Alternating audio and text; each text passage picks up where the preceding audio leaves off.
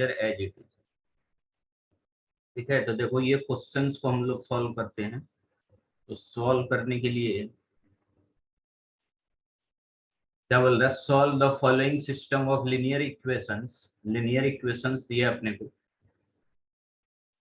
3 variables में x y and z by using matrix method. ठीक है, तो हम लोग यहाँ से द सिस्टम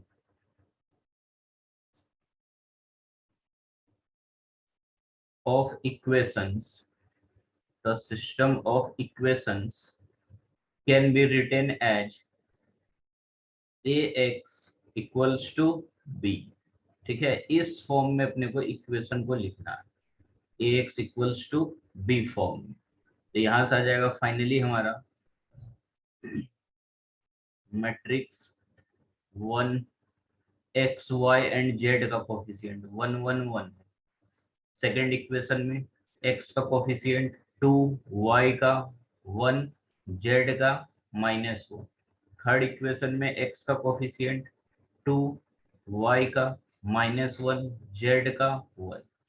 ठीक है, second matrix x y z जो वेरिएबल्स है वो मैट्रिक्स बन गया। एंड राइट हैंड साइड आ जाएगा फर्स्ट इक्वेशन का 5, सेकेंड इक्वेशन में राइट हैंड साइड 2 है एंड थर्ड इक्वेशन में भी 2 है। तो यही हमारा हो गया ax equals to B form. ये मैट्रिक्स हो गया अपना A matrix, B matrix, sorry X matrix and B matrix. तो दैट इज यहाँ से हो जाएगा A X is equals to B. ठीक है, ये फॉर्म में आ गया। तो जब भी इस फॉर्म में है और अपने को मैट्रिक्स मेथड लगाना है, ठीक है, तो इसका फार्मूला अपने को पता है कि कौन सा फार्मूला लगाना पड़ता है एक्स वाई जेड का वैल्यू फाइंड करने के लिए।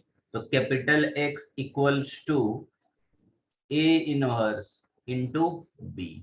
ठीक है, ये फॉर्मूला अपने को यूज करना है और यहाँ से एक्स वाई जेड का वैल्यू फाइंड करेंगे। ठीक है, तो बी तो ऑलरेडी अपने को गिवन है क्वेश्चन में, बी मैट्रिक्स। बस क्या फाइंड करना है, ए इनवर्स। अब ए इनवर्स फाइंड करना अपन ऑलरेडी पढ़ चुके हैं। ठीक है, या तो एडजॉइंट मेथड से निकाल देंगे या फिर एलिमेंट्री रो ट्रांसफॉर्मेशन या कॉलम ट्रांसफॉर्मेशन से। ठीक है, तो हम लोग इसको एडजॉइंट मेथड से ए इनवर्स निकाल लेते हैं। तो ए इनवर्स निकालने के लिए बताया था कि सबसे पहले क्या निकालोगे, डिटर्मिनेंट ऑफ ए। इसका डिटर्मिनेंट निकाल लो। डिटर्मिनेंट आ जाएगा 1 1 1 2 1 -1 2 -1 1। इसको अपन सॉल्व करेंगे, कितना आ जाता है फर्स्ट रो के रिस्पेक्ट में 1, ये कॉलम और रो कैंसल, क्रॉस मल्टीप्लाई 1 + 1 यानी 2 हो जाएगा 1 + 1। फिर -1 के रिस्पेक्ट में साइन अल्टरनेट जाता है, प्लस माइनस प्लस। -1 के लिए ये कॉलम ये रो कैंसल, 2 + 2 यानी 4 आ जाएगा, 2 + 2। फिर +1 अल्टरनेट जा रहा है, ये कॉलम और रो कैंसल, -2 -2 -4 -2 -2। इसको सिंप्लीफाई करेगा 2 -4 -4 यानी -8 में 2 गया, -6 आ जाएगा। ठीक है, डिटर्मिनेंट कितना आ जाएगा हमारा -6।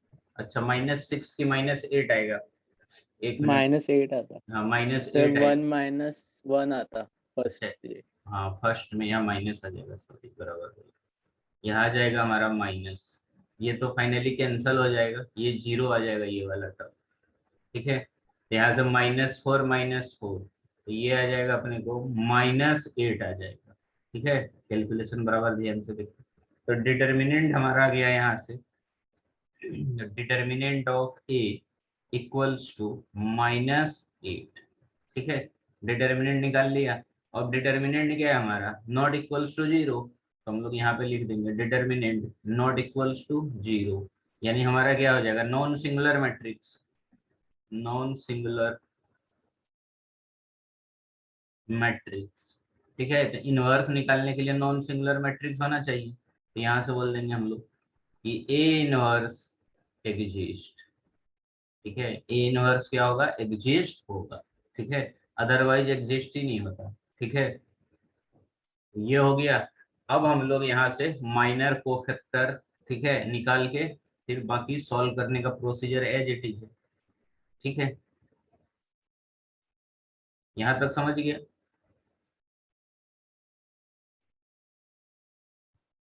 हाँ सर। ठीक है, इसको नोट डाउन कर लो, मेरे को पेज दूसरा चाहिए। हाँ ठीक है, देखो इसके बाद हम लोग माइनर निकालते हैं। ठीक है, तो माइनर निकालने के लिए ध्यान से देखो, फर्स्ट हम लोग माइनर निकालेंगे। ठीक है, तो मैं एक काम करता हूँ, यहाँ पे वो मैट्रिक्स को लिख देता हूँ, ए मैट्रिक्स को, क्योंकि बार बार फिर पेज करना पड़ेगा। देखो ए मैट्रिक्स है अपने पास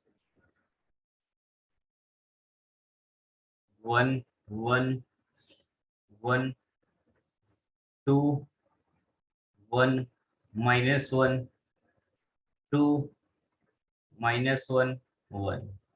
ठीक है, अब यही से देख के अपन डायरेक्ट माइनर और कोफैक्टर निकालेंगे। ठीक है, तो फर्स्ट माइनर निकाल रहे हैं M11। M11 के लिए देखो, ये कॉलम और रो कैंसल हो जाएगा, 1 -1 -1 +1 कितना जाएगा, 1 -1 -1 +1। कैलकुलेशन एकदम ध्यान से देखना, इसको कैलकुलेट करोगे तो कितना हो जाएगा, 1 माइनस माइनस प्लस माइनस -1, यानी ये आ जाएगा 0। ठीक है, यानी पहला हमारा 0 आ गया, तो कोफैक्टर भी 0 ही आ जाएगा।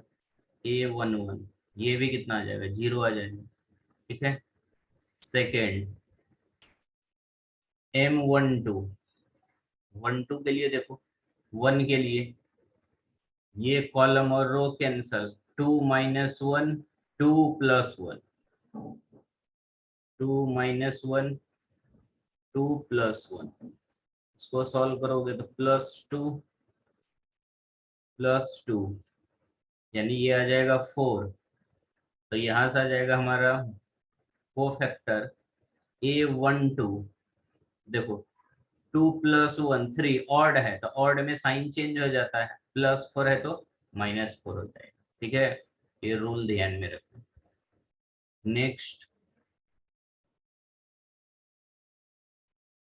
M13 के लिए देखो, 1 के लिए ये column row cancel, 2 1 2 -1 2 1 2 -1।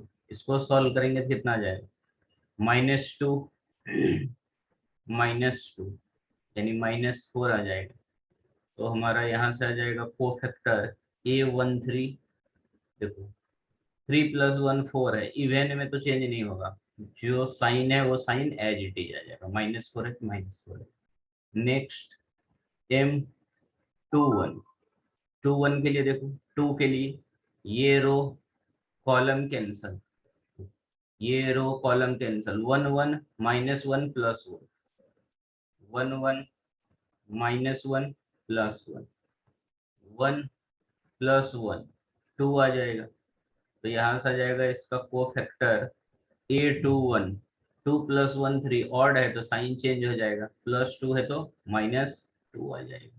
Next minor of 2 2 2 2 के लिए देखो, 2 2 पे 1 है, ये रो और कॉलम कैंसल, 1 1 2 1 1 1 2 1। इसको सॉल्व करोगे तो 1 -2 यानी -1। तो यहाँ से आ जाएगा हमारा कोफैक्टर A22 का 2 + 2 4, इवेन में नो चेंज, 1 है तो 1 ही आएगा, -1 है तो -1 आएगा। ठीक है, नेक्स्ट हम लोग आते हैं माइनर ऑफ 2 3 2 3 के लिए देखो, -1 है, ये रो और कॉलम कैंसल, 1 1 2 -1 1 1 2 -1। इसको सिंप्लीफाई करोगे तो -1 क्रॉस मल्टीप्लाई, और -2 -3, तो हमारा यहाँ से आ जाएगा A23। देखो 2 + 3 5 ऑड है, तो ऑड में साइन चेंज, -3 है तो +3 हो जाएगा। ठीक है, अपोजिट साइन कर देते हैं। ठीक है, फिर उसके बाद देखो नेक्स्ट M21 2 2 2 3, अब 3 1 3 1 में देखो कौन सा एलिमेंट है, 3 1 2 के रिस्पेक्ट में ये रो और ये कॉलम कैंसल, 1 1 1 -1 1 1 1 1 1 -1। ठीक है, नंबरिंग ध्यान में रखना, 1 1 1 -1, क्योंकि एक भी गलत हुआ तो आंसर गलत आ जाएगा, इसलिए -1 -1 -2, यहाँ से आ जाएगा फाइनली A31 3 1 3 + 1 4, इवन है तो नो चेंज, -2 है -2 रहेगा। नेक्स्ट हमारा आ जाएगा माइनर ऑफ 3 2, तो 3 2 के लिए कितना हो जाएगा, थर्ड रो सेकंड कॉलम, -1 के लिए ये रो कॉलम कैंसल, 1 1 2 -1 1 1 2 -1, इसको सिंप्लीफाई करोगे तो -1 -2 -3, तो कोफैक्टर A32 3 + 2 5, ऑड है तो साइन चेंज, -3 है तो +3 हो जाएगा। ठीक है, लास्ट हमारा है M33। M33 के लिए देखो 1, ये रो कॉलम कैंसल, 1 1 2 1 1 1 1 1 2 1, इसको सॉल्व करेगा तो 1 -2 यानी -1, तो यहाँ से आ जाएगा फाइनली हमारा A33 इक्वल्स टू 3 + 3 6, इवन है तो नो चेंज, -1 है -1। ठीक है, हो गया। अब हम लोग यहाँ से लिख लेते हैं कोफैक्टर मैट्रिक्स, तो हमारा आ जाएगा कोफैक्टर मैट्रिक्स। तो कोफैक्टर मैट्रिक्स अपने को पता है कैसे लिखते हैं, 3/3 का, A11 A12 A13 A21 A22 A23 A31 A32 A33। अब इसमें वैल्यू रख दो, पूरे 9 एलिमेंट्स अपने को पता है। तो यहाँ से आ जाएगा फाइनली अपने पास 0 -4 0, A11 कितना है अपने पास 0, A12 -4 और A13 -4। ठीक है, A21 -2 -1 और A23 है 3, A31 -2 A32 3 और A33 -1। ठीक है, ये जो मैट्रिक्स आया यही हमारा क्या हो गया, कोफैक्टर मैट्रिक्स। ठीक है, अब यहाँ से अपने को क्या निकालना है, एडजॉइंट ऑफ ए। तो adjoint of A matrix equals to, formula पढ़ाया था, क्या पढ़ाया था कि जो कोफैक्टर मैट्रिक्स होता है, कोफैक्टर मैट्रिक्स, कोफैक्टर मैट्रिक्स को क्या कर देते हैं, ट्रांसपोज कर देते हैं, एकदम याद रखना। ठीक है, कोफैक्टर मैट्रिक्स को ट्रांसपोज कर देते हैं, यही है तुम्हारा कोफैक्टर मैट्रिक्स। 0 -4 -4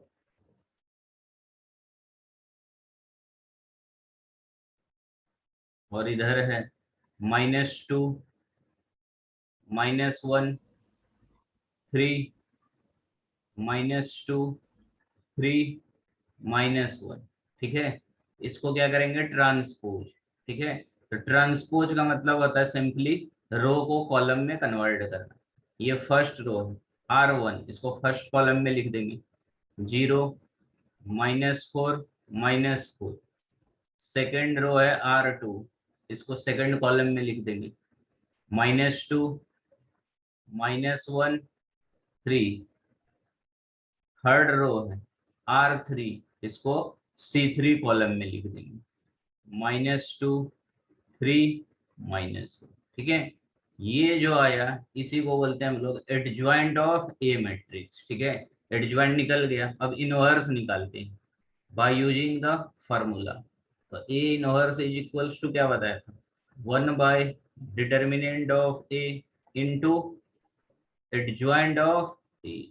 ठीक है, तो ये फार्मूला में वैल्यू रख देंगे, तो फाइनली आ जाएगा हमारा equals to 1 by determinant of A.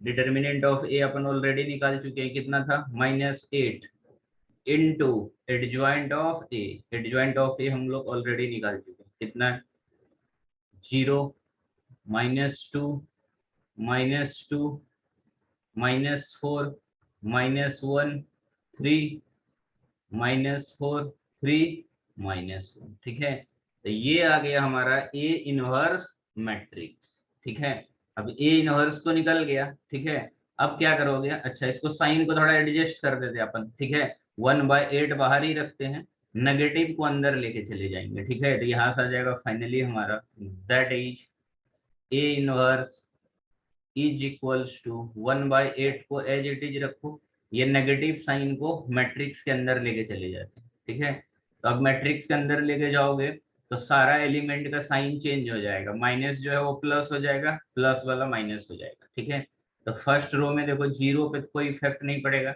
Zero है तो जीरो ही रहेगा, -2 है तो +2 बन जाएगा, 2 2 -4 है +4, -1 है +1, +3 है -3, सिमिलरली -4 है +4, -3 +1। ठीक है, ये हो गया हमारा ए इनवर्स। ठीक है, अब हम लोग अपना मैट्रिक्स का फार्मूला यूज करते हैं। ठीक है, एक्स फाइंड करने के लिए, तो हमारा फार्मूला क्या था, X is equals to A inverse into B, यही फार्मूला था। अब ये फार्मूला में अपने को क्या क्या चीज का रिक्वायरमेंट है, ए इनवर्स चाहिए और बी चाहिए। बी तो ऑलरेडी पहले से पता था और ए इनवर्स हम लोग ऑलरेडी निकाल चुके हैं, तो यहाँ से आ जाएगा is equals to A inverse. तो ए इनवर्स कितना है, 1/8 इंटू 0 2 2 4 1 -3 4 -3 1, यही हमारा A inverse into B matrix.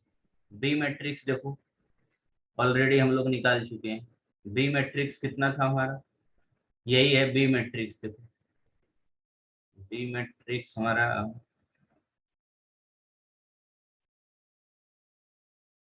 अच्छा लिखे नहीं थे, ये देखो बी मैट्रिक्स यहाँ से हो जाएगा, ध्यान से समझना, ये था ए, ये था X equals to B matrix. 5 2 2 हाँ, राइट हैंड साइड में लिख दो 5 2 2, यही था हमारा बी मैट्रिक्स। ठीक है, ये बी मैट्रिक्स, तो यहाँ पे फाइनली हम लोग लिख देंगे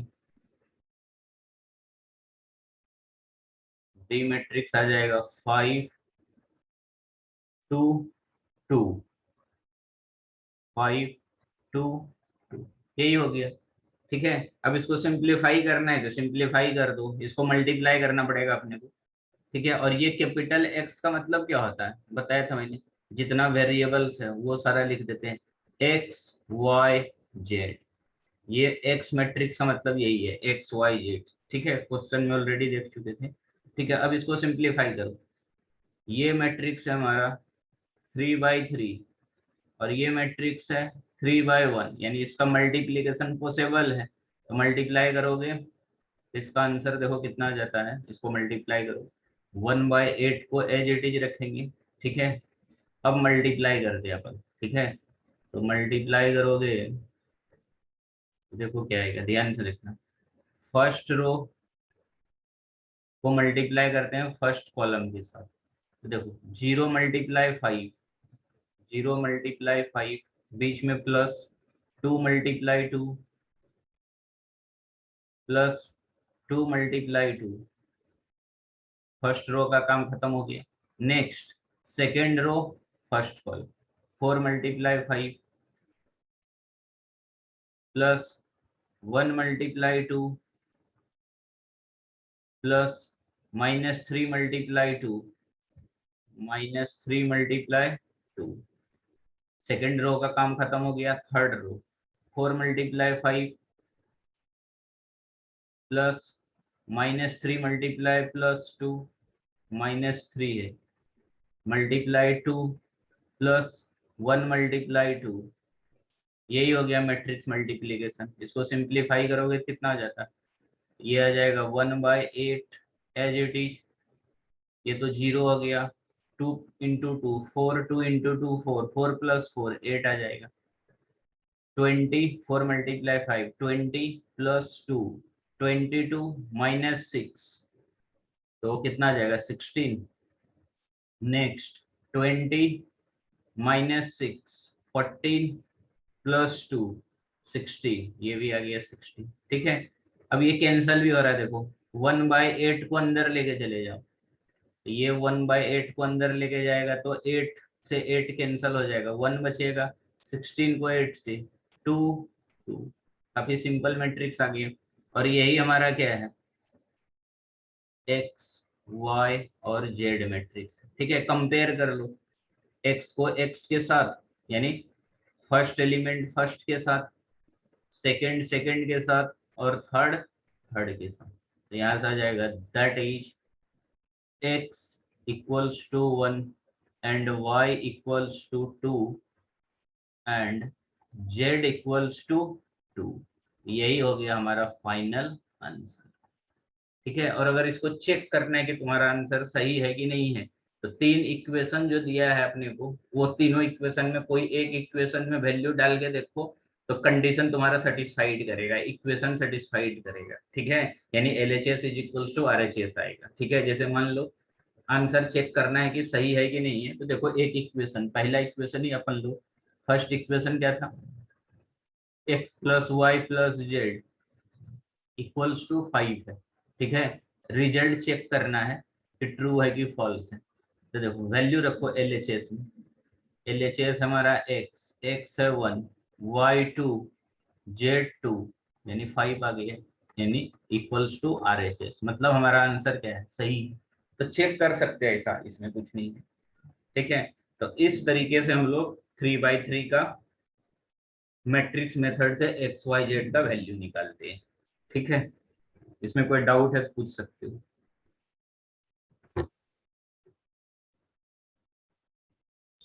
नहीं सर। तुमको समझ रहा वंशिका? हाँ सर। ठीक है।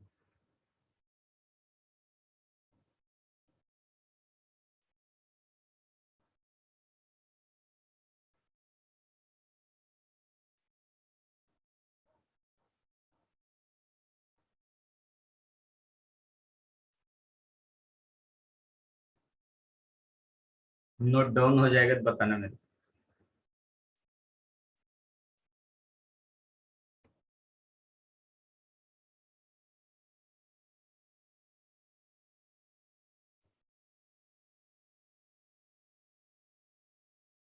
सर हो गया। देखो अब एक्सरसाइज का तो मैक्सिमम क्वेश्चन सॉल्व कर सकते हो। ठीक है। एक्सरसाइज में कुछ बचा नहीं है अब। ठीक है। कुछ नोट करके पॉइंट्स लिखना। ठीक है। ये पॉइंट्स को याद रखना MCQ सॉल्व करने के लिए इसका जरूरत पड़ता है। तो नोट करके कुछ पॉइंट्स नोट करना।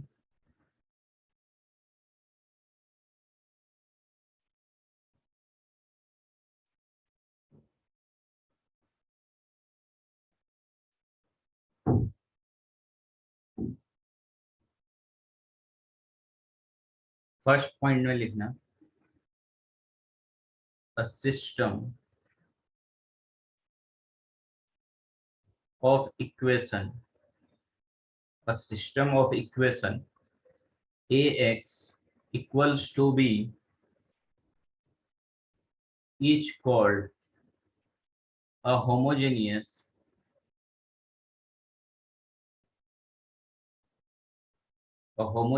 equation if B equals to 0, B matrix equals to 0, otherwise it is non-homogeneous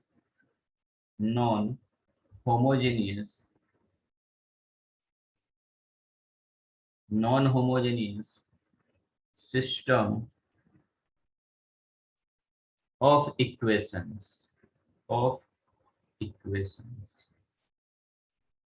ठीक है, अब ध्यान से समझना कि होमोजेनियस क्या होता है और नॉन होमोजेनियस क्या होता है। ठीक है, तो होमोजेनियस होने के लिए देखो, जो राइट हैंड साइड में भी जस्ट हमने जो मैट्रिक्स बनाया था, ठीक है, जो मैट्रिक्स था, ध्यान से समझना, यहाँ पे ए मैट्रिक्स आया था, ठीक है, और यहाँ पे आया था एक्स मैट्रिक्स, ठीक है, ये था तुमको ए मैट्रिक्स, ये था एक्स मैट्रिक्स, और इधर था राइट हैंड साइड में बी मैट्रिक्स। ठीक है, अगर बी मैट्रिक्स 0 आ जाता है, 0 0 0, ठीक है, अगर 3/3 का है, तो उसको बोलेंगे होमोजेनियस सिस्टम ऑफ इक्वेशन। ठीक है, और अगर 0 नहीं आया तो वो हो जाएगा non homogeneous system of equation. अभी जो हम लोग क्वेश्चन सॉल्व किए तो वो कैसा वाला था, नॉन होमोजेनियस, क्योंकि राइट हैंड साइड में बी मैट्रिक्स का वैल्यू था, बी मैट्रिक्स इक्वल्स टू कुछ दिया था तुमको 5 2 2।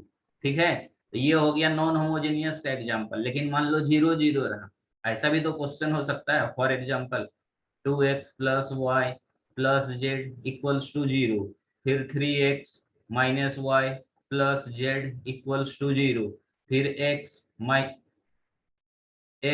Minus y plus z equals to 0। अब राइट हैंड साइड पूरा 0 0 ही रहा, तो इसको बोलेंगे होमोजेनियस इक्वेशन। ठीक है, और अगर मान लो वैल्यू कुछ रहा, ठीक है, तो उसको बोलते हैं non homogeneous system of equation. ठीक है, ये चीज ध्यान में रखना, होमोजेनियस सिस्टम ऑफ इक्वेशन और non homogeneous system of equation. Homogeneous में बी मैट्रिक्स जो होता है वो 0 हो जाता है, और नॉन होमोजेनियस में बी मैट्रिक्स क्या होता है, नॉट इक्वल्स टू 0। ठीक है, तो पहला पॉइंट का मतलब ये हुआ। ठीक है, पॉइंट नंबर 2 लिखो, सेकंड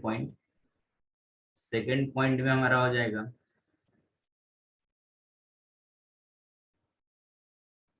if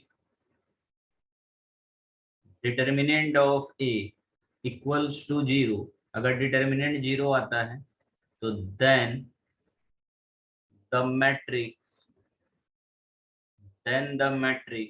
इज सिंगुलर। ठीक है, अगर डिटर्मिनेंट 0 आ गया तो कैसा मैट्रिक्स हो जाएगा, सिंगुलर हो जाएगा। ठीक है, और इसका इनवर्स एग्जिस्ट नहीं करेगा। थर्ड पॉइंट में if determinant of A not equals to 0, तो then the matrix is non singular.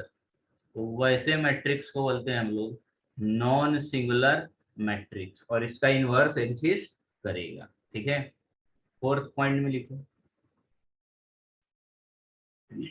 if determinant of a not equals to 0,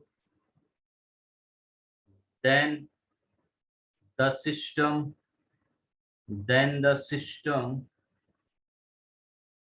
of equations is consistent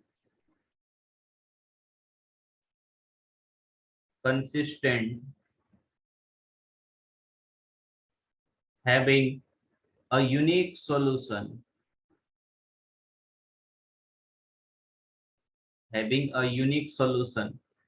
that is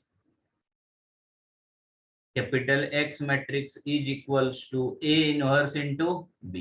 ठीक है, क्या बताया था कि अगर determinant of A not equals to 0 है तो नॉन सिंगुलर मैट्रिक्स है, तो then the system of equation is consistent, तो इसको बोलते हैं हम लोग कंसिस्टेंट। ठीक है, हैविंग अ यूनिक सॉल्यूशन, तो इसका यूनिक सॉल्यूशन आएगा और फार्मूला बन जाएगा X matrix equals to A inverse into B matrix.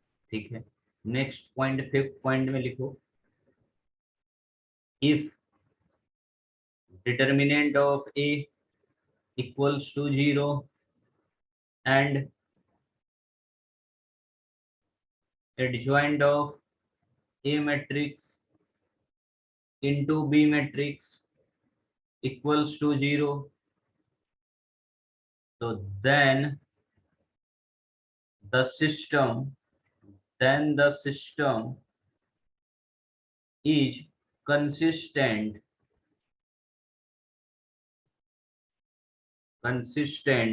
having infinitely many solution, infinitely many solution।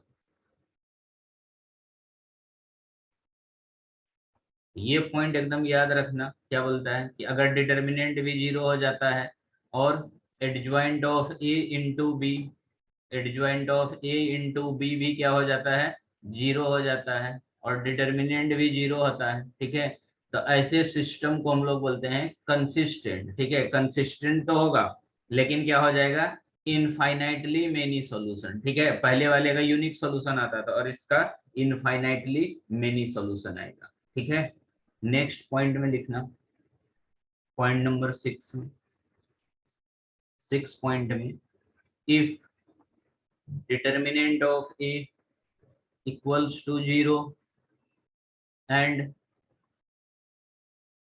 adjoint of A into B matrix not equals to 0। ठीक है, first condition में equals to 0 था, second में क्या होना चाहिए, नॉट इक्वल्स टू 0, तो then the system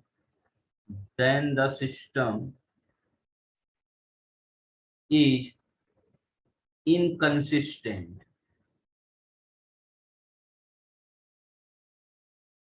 the system is inconsistent having no solution, no solution। ठीक है, तो ध्यान से समझना कि सेकंड कंडीशन जो है हमारा, डिटर्मिनेंट ऑफ ए तो 0 होगा, ठीक है, लेकिन adjoint of A into B matrix not equals to 0, तो देन सिस्टम इज इनकंसिस्टेंट। ठीक है, इनकंसिस्टेंट सिस्टम का, ठीक है, नो सॉल्यूशन होता है, यानी इसका कोई सॉल्यूशन नहीं होता है। ठीक है, तो ये पॉइंट याद रखना, consistent and inconsistent system. Next point में हमारा आ जाएगा पॉइंट नंबर 7 में,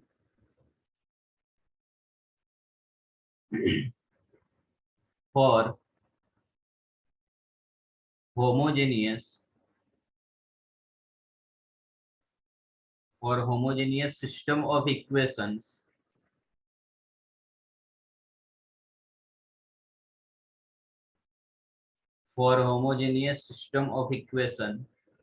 if determinant of A not equals to 0, determinant of A not equals to 0, then x equals to y equals to z equals to 0 is the only solution, is the only solution। ठीक है, तो 7 point में क्या बोल रहा है कि for homogeneous system of equation determinant A not equals to 0, तो देन 3 वेरिएबल्स जो है x y z तीनों 0 हो जाएगा, इज द ओनली सॉल्यूशन। तो एक ही सॉल्यूशन होगा हमारा सिर्फ। ठीक है, x y z तीनों का वैल्यू क्या आ जाएगा, 0 आ जाएगा, अगर ये कंडीशन सेटिस्फाइड करता है। ठीक है, नेक्स्ट पॉइंट में 8 पॉइंट में लिखो, पॉइंट नंबर 8 में, for homogeneous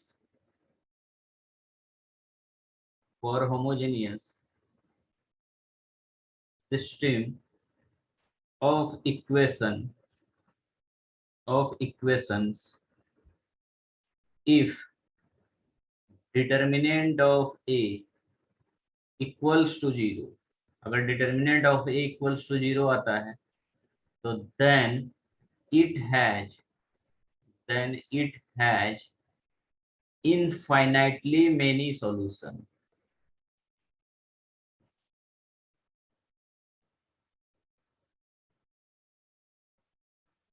infinitely many solutions।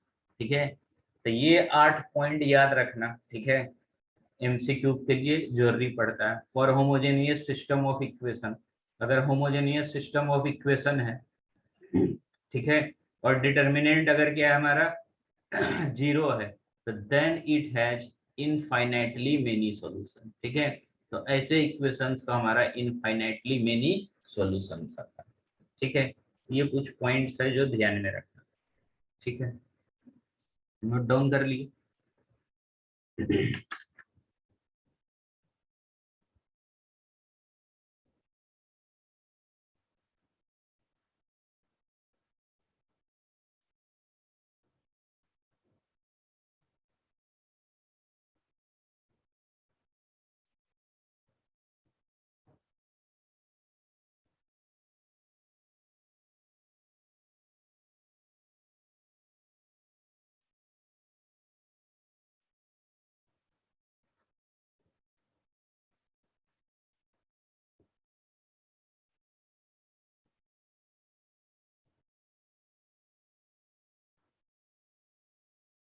लिख लिया सर। हो गया लिख के। देखो अब हमारा जो एक्सरसाइज है, ठीक है, यानी लास्ट एक्सरसाइज, उसमें देखो क्वेश्चंस है, बाकी तो पूरे क्वेश्चंस तुम लोग सॉल्व कर सकते हो, जो अभी पढ़ाया उसी से पूरा हो जाएगा हमारा। ठीक है, इसमें से मैं वर्ड्स प्रॉब्लम करा देता हूँ, बाकी तुम लोग सॉल्व करके देखना, और कुछ डाउट हुआ तो पूछ सकते हो। इसमें वर्ड्स प्रॉब्लम दिया है, क्वेश्चन नंबर 16 लास्ट क्वेश्चन है।